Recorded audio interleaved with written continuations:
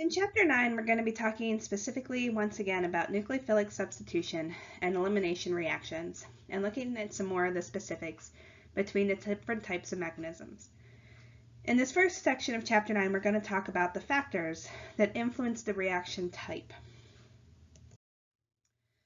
So first off, our SN1, SN2, E1, and E2 reactions all compete with each other when we run in chemical reactions. If you think back about all the mechanisms that we have for these reactions, they all have a leaving group component. What we're also going to see is that we have nucleophiles in the substitution reactions, and we have bases in the elimination reactions, but nucleophiles can also behave as bases, and bases can also behave as nucleophiles. They're both really electron-rich species that we're going to use to form new bonds. What we will see is that one of these reaction types will typically dominate, but it's going to dominate based on the conditions of the substrate with the leaving group, the nucleophile and or base, and also some of our reaction conditions such as heat and solvent. With our reaction conditions, we're going to look at two different types of control that we can have. One type of control is going to be a kinetic control. In kinetic control, the major species is going to be the one that is made the fastest. The other control that we will have will be thermodynamic control. And this is where the major species is going to be the one that is the most stable species that we can form in the reaction. And once again, we will see that our different types of conditions will control the type of major species that we will have, whether it will be the kinetic species or whether it will be the thermodynamic species. So let's quickly just review those rate laws for our four different reaction types. Remember, our two-type reactions are bimolecular reactions, so they are dependent upon two different compounds reacting together at the same time. So the rate law for the SN2 mechanism is equal to the rate times the K value times the nucleophile times the substrate with the leaving group, where the E2 mechanism is the rate is equal to the rate constant times the base times the substrate with the leaving group, both bimolecular. Where the rate laws for the one-type reactions or unimolecular reactions are only dependent upon one molecule in the rate determining step. So for an SN1 reaction, the rate is equal to the rate constant times the substrate with the leaving group. And the E1 mechanism, the rate law is that the rate is equal to the rate constant times, once again, the substrate with the leaving group. So under our two-type conditions, the leaving group is forced off. It is dependent upon both the nucleophile or base and the substrate with the leaving group. So that type of reaction is going to be sensitive to factors that can influence both the nucleophile and the leaving group. Where if we look at our one-type mechanism, the leaving group for both the substitution and elimination just leaves. Nothing is driving it off. Our rate determining step is only dependent upon that leaving group. So these types of mechanisms are only going to be sensitive to factors that help that leaving group leave. So first, before we look at our different factors, I want to talk a little bit about the Hammond postulate. The Hammond postulate tells us that if two molecules are close in energy and adjacent to each other on the reaction coordinate, they will have similar structures.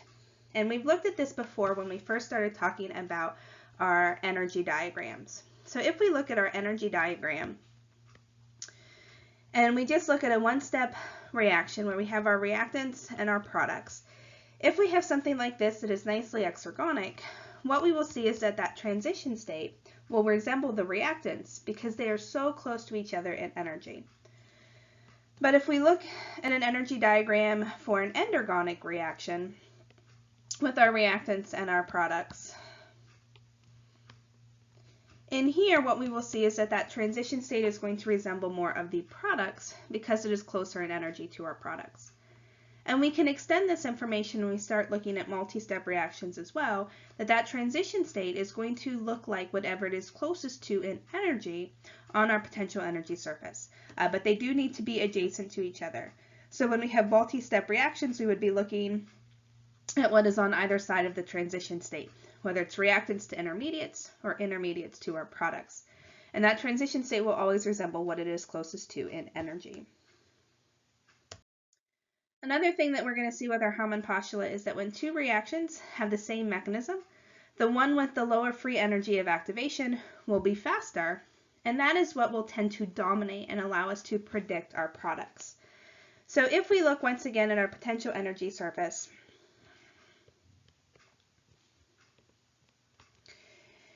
and we look at one reaction that is nicely exergonic of reactants going into products, and we can define its free energy of activation.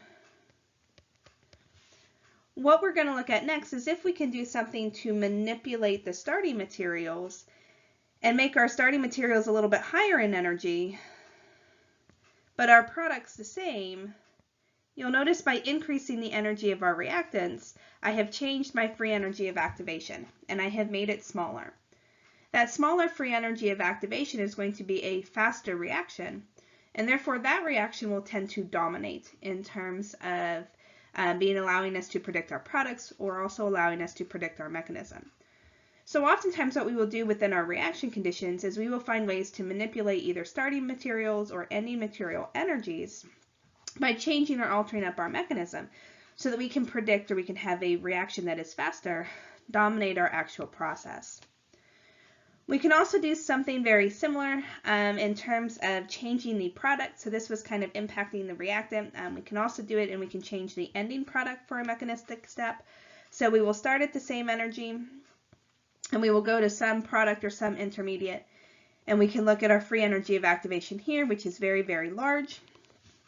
But if I can do something to stabilize that final product of this step of the mechanism, which may be an intermediate, or do something to change that intermediate to make it lower in energy, you can also once again see that I have lowered my free energy of activation. So I have done something to speed up that reaction, which will then help once again to predict the products that we would be going through. So we can do some manipulations within our reaction conditions by changing the substrate and what the leaving group is attached to. We may change it in terms of the nucleophile. We could change this all by looking at solvents and changing the solvent that we are running our reaction in to help stabilize intermediates or to destabilize different parts of our reaction. So those are going to be the factors that we're going to be looking at next. What factors can we manipulate to either help stabilize or help increase the reactivity of either the substrate with the leaving group or the nucleophile? So the first one that we're going to look at is we're going to start talking about the strength of the attacking species. The attacking species can either be the nucleophile or the base, depending on if we're looking at a substitution reaction or if we're looking at an elimination reaction. One of the things that we're going to see is that stronger nucleophiles tend to favor the SN2 reaction. The strength of our nucleophile is going to depend on nucleophilicity. Nucleophilicity is going to determine or define for us the strength of the nucleophile. It's going to roughly parallel basicity, meaning the stronger the base, typically the better of a nucleophile it is, but it roughly parallels for us. What we will see with nucleophilicity is usually it's going to increase as we go down a column. As we go down a column, those atoms become a little bit more reactive for us. They're larger, they hold on to those electrons a little bit less strongly, so they can be more reactive and share those electrons a little bit easier. So as we go down any column, we will see a stronger nucleophile.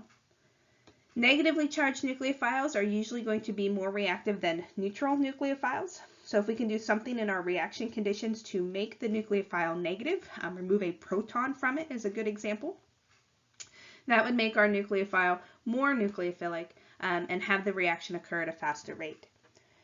So if we have weaker nucleophiles tend to favor the SN1 type mechanism, where we have the leaving group leave the substrate so that we have a really good electrophile with the carbocation, and then the nucleophile can come in and attack. So stronger nucleophiles favor SN2, weaker nucleophiles tend to favor SN1.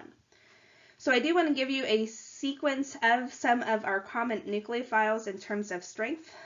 So we can look at water and alcohols. Those are both nice nucleophiles for us with the oxygen. They tend to be the weakest nucleophiles for us. They are neutral, so they tend to be the weakest type of nucleophiles that we can have because oxygen is also very high up on our periodic table. This would be followed by ammonia, so NH3, as well as any of our amines, whether they're primary or secondary. They would need to either be primary or secondary. Again, these are nicely neutral, so they tend to be fairly weak. And again, nitrogen is high up on a column on our periodic table. These would then be followed by our halides, so the iodide, followed by the bromide ion, followed by the chloride ion. We would then follow this up with the HS minus anion. This is very similar in strength if we replace that H with an R on the S, but these would be those negatively charged sulfides that we would be looking at. These would be roughly equivalent to also looking at our RCO2 minus ion as well in terms of our strength. A little bit stronger for us is going to be the hydroxide anion, which is roughly similar in strength to our alkoxide anion, so the RO minus ion. This would then be followed by our H2N minus ion, as well as our R2N minus ion. So in both of those, we have deprotonated either the oxygen or we have deprotonated the nitrogen. They're negatively charged, so again, they're going to be much more nucleophilic for us. From here, we can look at our methyl anion, so our carbanions, or any, which would be roughly similar to any of our other carbanions as well. So when we actually look at this, anything that is considered neutral is definitely considered one of our weak nucleophiles. So these ones that are neutral would favor the SN1 type mechanism. Any of our ones that have the negative charge are considered to be our stronger nucleophiles. So these would favor more of the SN2 mechanism. Next, we're going to talk a little bit about those carbanions. So you'll notice that one of the strongest nucleophiles that we could have is the carbanion. So this would be our R minus with the negative R minus with the 2 lone pair of electrons. These tend to be the strongest nucleophiles because they are very, very reactive. It is very, very difficult to deprotonate a carbon atom from an alkane. So we will not see a lot of carbanions from alkanes, which is why they are such strong nucleophiles. The pKa of an alkane hydrogen is about 50, so it is a very, very, very, very weakly acidic proton.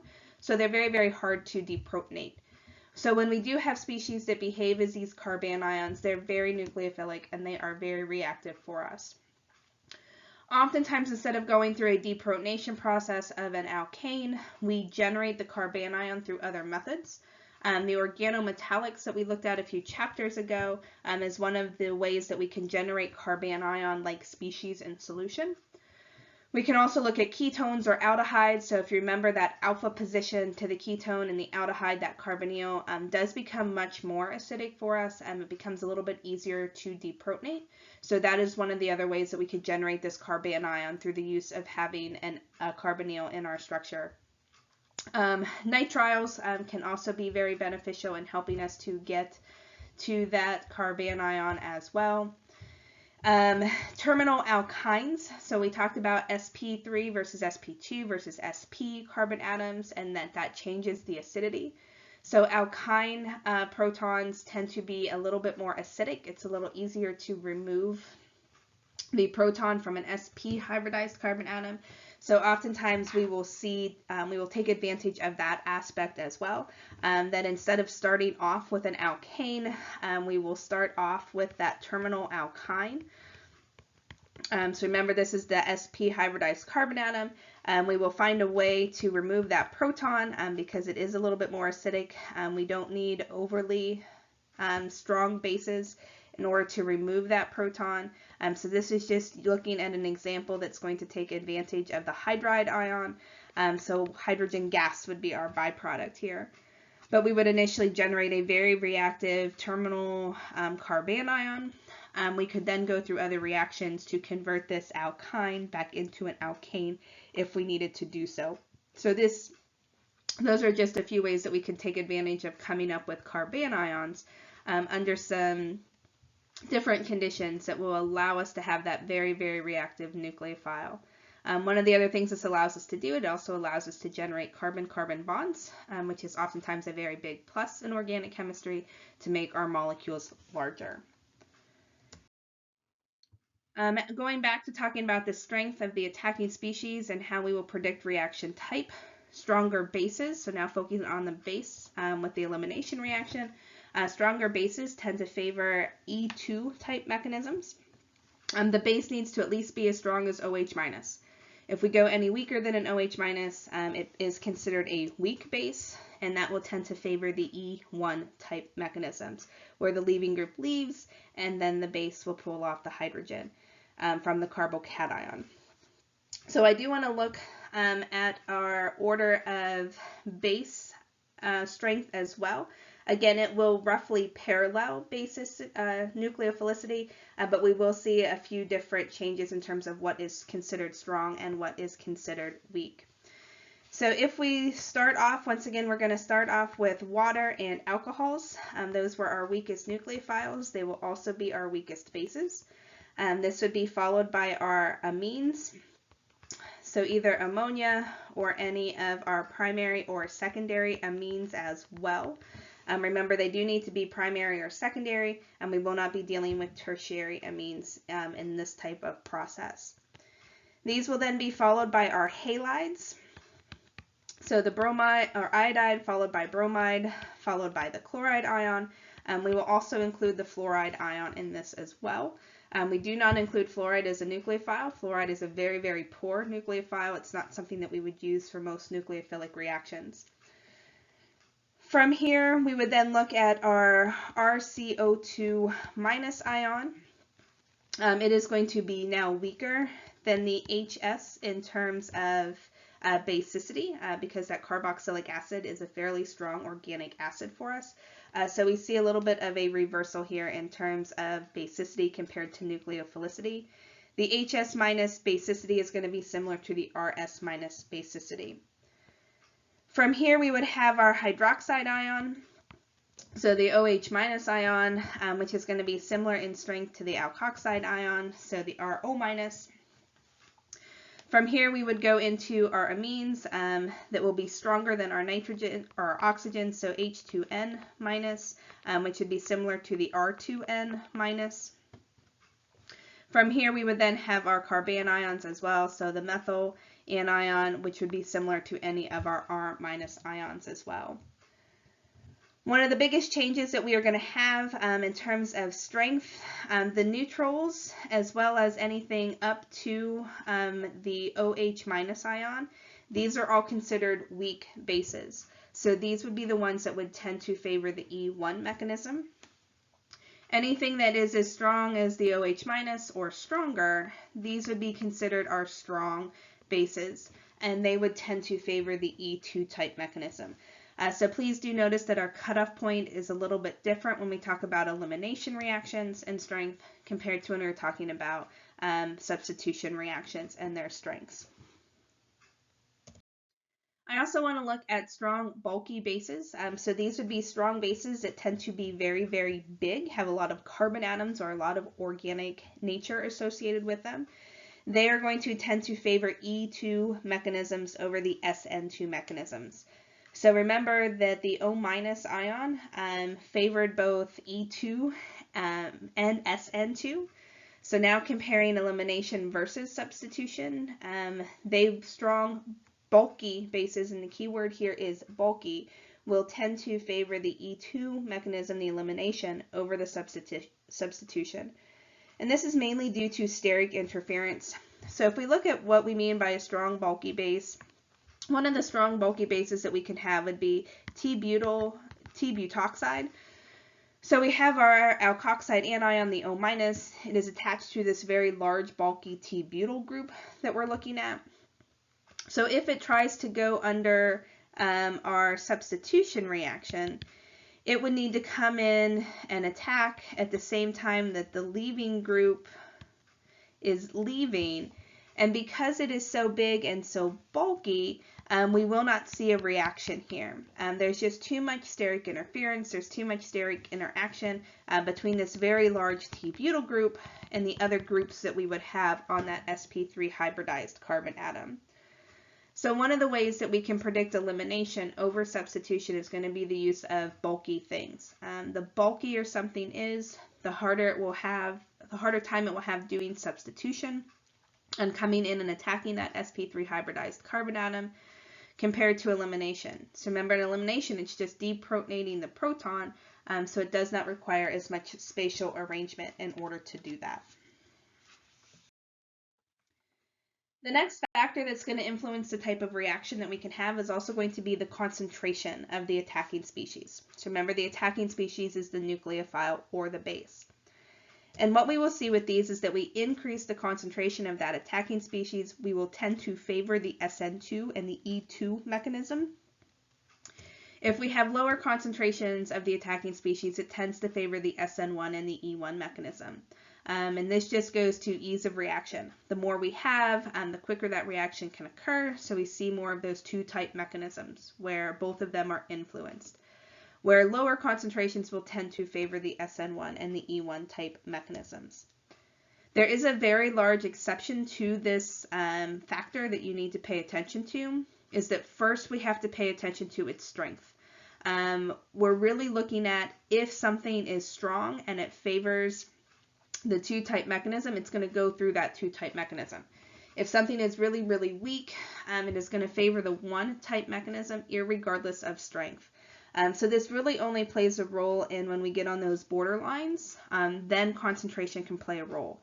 But you have to remember to look at strength first before we pay attention to concentration. So a weak base is going to promote E1 regardless of the concentration. So if I have something like water that is a very weak base, it's going to go E1 mechanism regardless of how much water I put into my reaction flask. So kind of do keep that in mind, that strength is the first thing that we have to look at. If we're on the borderline or that middle line between strong and weak, then we can pay attention to concentration to help us predict the mechanism. A third factor is going to be leaving group ability. With leaving group ability, SN1 reactions are going to be more sensitive to leaving group abilities than SN2.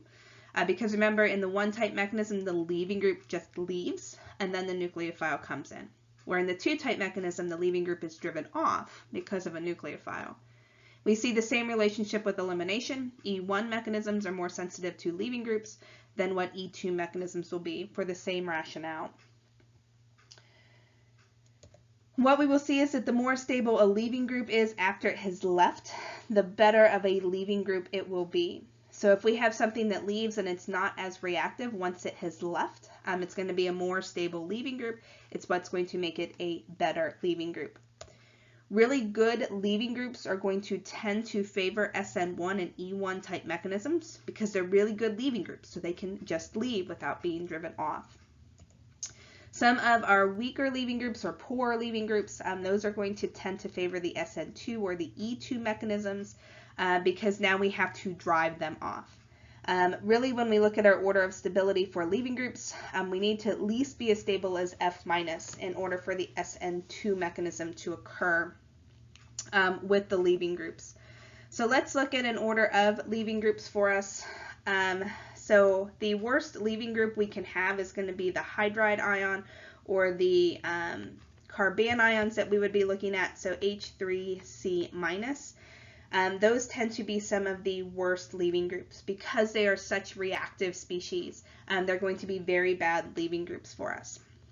This would be followed by any of our N- ions or our OH- ions, as well as our alkoxide anion, so the RO-, which would be followed by the F-. This group right here tends to be very, very poor leaving groups because when they leave, these species are very, very reactive. So they're not going to be very good leaving groups because as soon as they've left, they want to react again. So they're very, very poor leaving groups. Our next batch here is going to be that RCO2-, so the carboxylate anion, followed by the chloride ion. These are moderate type leaving groups. They can leave under certain conditions, but they're not some of the better leaving groups that we can have. We're then going to be followed by the bromide ion, which is similar in strength to water as a leaving group, followed by the iodide ion, and then followed by what we're going to call the mesylate ion. MSO- is our common abbreviation for the mesylate ion, followed by the tosylate ion. Our abbreviation for that is going to be TSO-, followed by our trifluoromethane sulfonate ion. Our abbreviation for that is TFO-. And all of these ones are excellent leaving groups, or very, very good leaving groups for us. And we'll talk about the mesylate, tosylate, and the trifluoromethane sulfonate anion here shortly. But these tend to be our really, really good leaving groups. So these ones will oftentimes favor that SN1 or E1 type mechanism compared to the SN2 or the E2 type mechanism. So the last three there, the MSO, the TSO, and the TFO, these are really, really good leaving groups because when they leave, they are such large groups that have some resonance stabilization, and they're able to stabilize that negative charge, so they're not very reactive. They tend to be groups that we convert leaving groups into to make them into better leaving groups. So let's quickly look at this structure in order to talk about what those three of our best leaving groups can be. So the first one, that MSO-, is the methane sulfonate anion, or what we refer to as the mesylate anion. If we look at this structure, it has sulfur that is going to be doubly bound to 2 oxygens. We then have that O-, it's this oxygen that would have been bound, which is what to the carbon, which is what is leaving. That sulfur is then also bound to a methyl group as well. So when this unit leaves from our carbon chain, you can tell that there's resonance stabilization here, that we can put that negative charge on all 3 of the carbon atoms, which helps to stabilize it and make it not as reactive. The next one is our tosylate anion, our TSO-. The actual compound is para-toluene sulfonate anion. So when we look at this, we still have our sulfur that is attached, doubly bound to 2 oxygens. We still have the O- that would have been bound to the carbon, but then that sulfur is bound to the toluene unit, which remember is the benzene ring with the methyl group on it. So again, we have a lot of resonance stabilization here, and some of that resonance could even go into our ring for us. So once again, it's a very stable species that is leaving. The most stable leaving group that we can have is going to be this trifluoromethane sulfonate anion. What we're going to do with this one is we're going to take advantage of electron withdrawing groups of that fluorine. So through the inductive effect, those 3 fluoro groups that are on the methyl group is really what's going to be stabilizing for us the negative charge on that oxygen atom. So now not only is it stabilized through resonance, but it's also stabilized through that electron withdrawing group of fluorine, of which we've put 3 on there. So if we can do anything to convert our leaving groups into one of these 3, we have really, really good leaving groups, and we have a much faster reaction in terms of the leaving group ability to leave the carbon atom. Oftentimes what we're going to see is that we are oftentimes going to convert some of those really poor leaving groups, so things like the hydroxide unit or the amine unit, into better leaving groups. One of the ways we can do this is under acid-base conditions, what we have seen in the lab. We converted the alcohol into the better leaving group of water by protonating the species first. So then instead of OH- leaving, we had water leaving. So oftentimes through acid-base chemistry, we can convert some of those really poor leaving groups into better leaving groups. We're also going to see in the next chapter other ways that we can convert those poor leaving groups into better leaving groups that do not require acid-base chemistry as well. Factor number 4 is going to be the type of carbon that is bound to the leaving group. So when we look at this, the SN1, SN2, E1, and E2 usually occur when the leaving group is on an sp3 hybridized carbon atom. What we're going to see is, if you remember about strength of bonds, sp and sp2 bonds are stronger sigma bonds than the sp3 hybridized bond, and that goes back to kind of that size relationship that we looked at a few chapters ago. So the leaving group bond to an sp3 hybridized carbon atom is weaker than it would be if it were bound to sp or an sp2 hybridized carbon atom. One of the other things that we're going to see is that through the one-type mechanism, we do end up producing a carbocation. If we try to put a carbocation on one of our sp or sp2 hybridized carbon atoms, these are very unstable carbocations, and we are typically not going to be producing those to try and have that empty p orbital on a carbon atom that already has unhybridized p orbitals. So we're not going to see this type of relationship where we'll generate the carbocation on an sp or an sp2 hybridized carbon atom.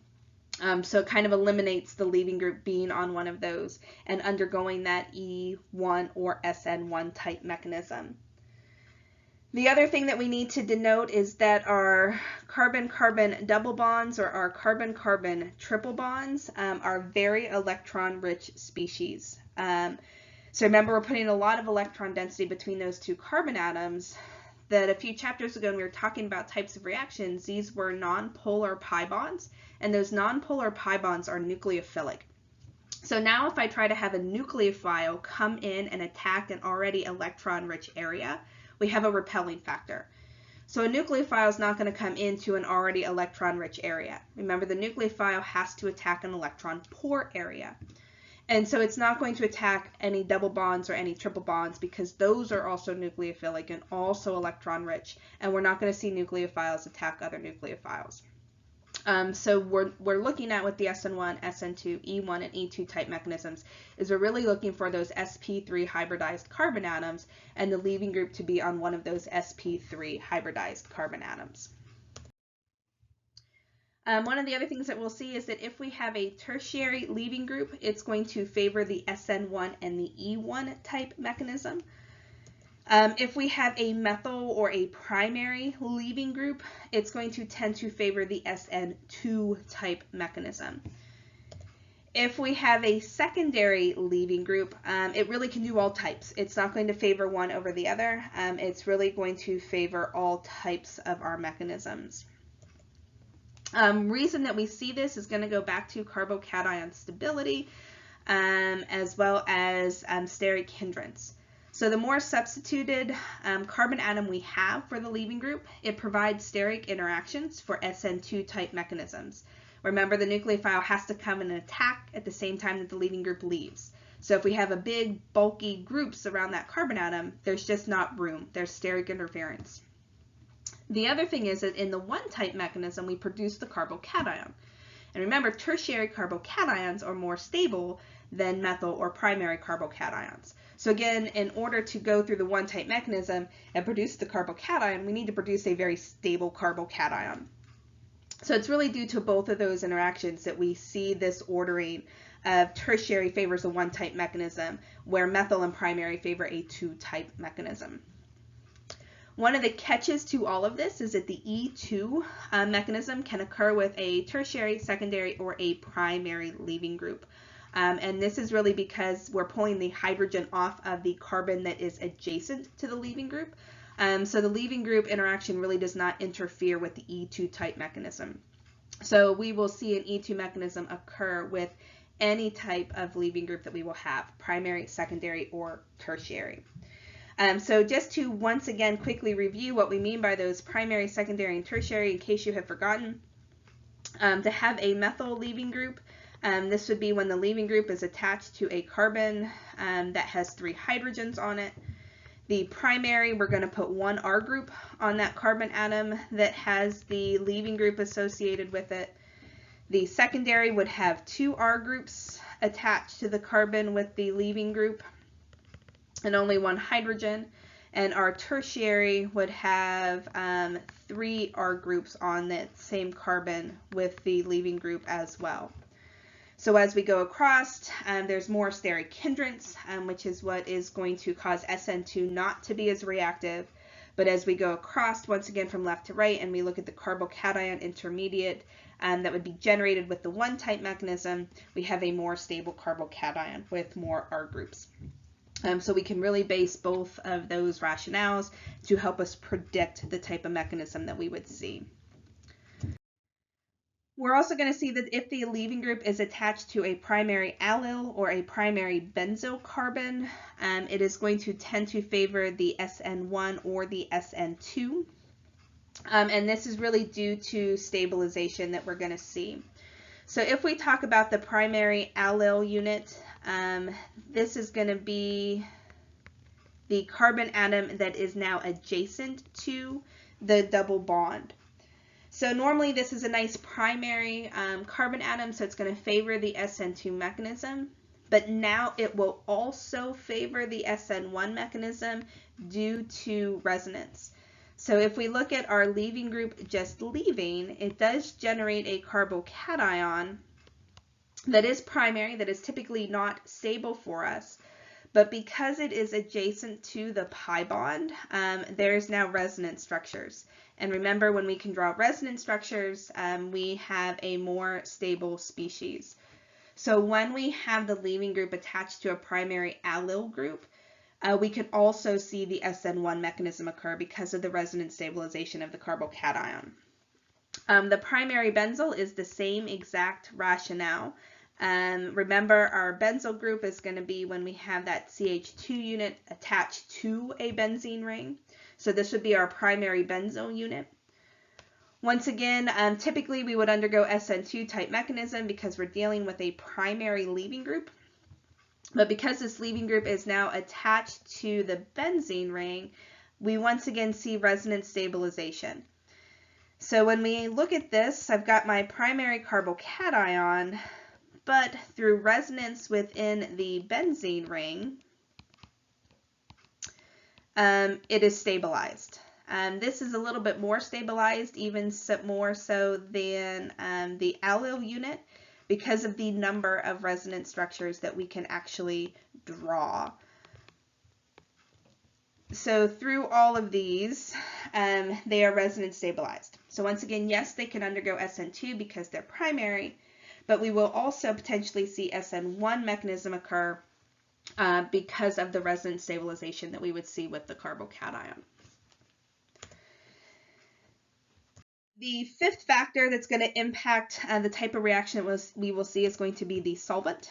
So polar aprotic solvents will tend to favor SN2 and E2 mechanisms, while polar protic solvents will tend to favor SN1 and E1 mechanisms.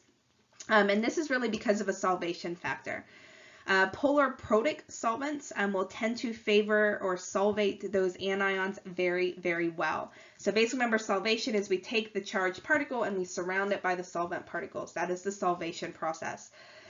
So since polar protic solvents will solvate anions well, it weakens the nucleophiles. The nucleophiles are negative, so they get solvated. That solvation process decreases their reactivity. So we actually see a reversal in the nucleophilicity of our nucleophiles when they're in different rows because of this solvation process with polar protic. So these polar protic solvents are really going to slow down SN2 and E2 mechanisms, which is why we use them to favor the SN1 and the E1 type mechanisms. These are also going to stabilize the leaving group with the polar protic solvents, because again, once the leaving group has left and it has that negative charge, it's going to get solvated by the solvent, which is going to help stabilize it, decrease it in terms of its reactivity. So these are then once again going to speed up those one type mechanisms because it's going to help stabilize the leaving group once it has left. So we can do some manipulations with solvents to help favor one type of reaction over another type of reaction. We can also use heat to influence our reaction type. SN2 and E2 reactions are often formed together. SN1 and E2 products are often formed together as well. So just by looking at a reaction, we will typically be predicting products of both substitution and elimination.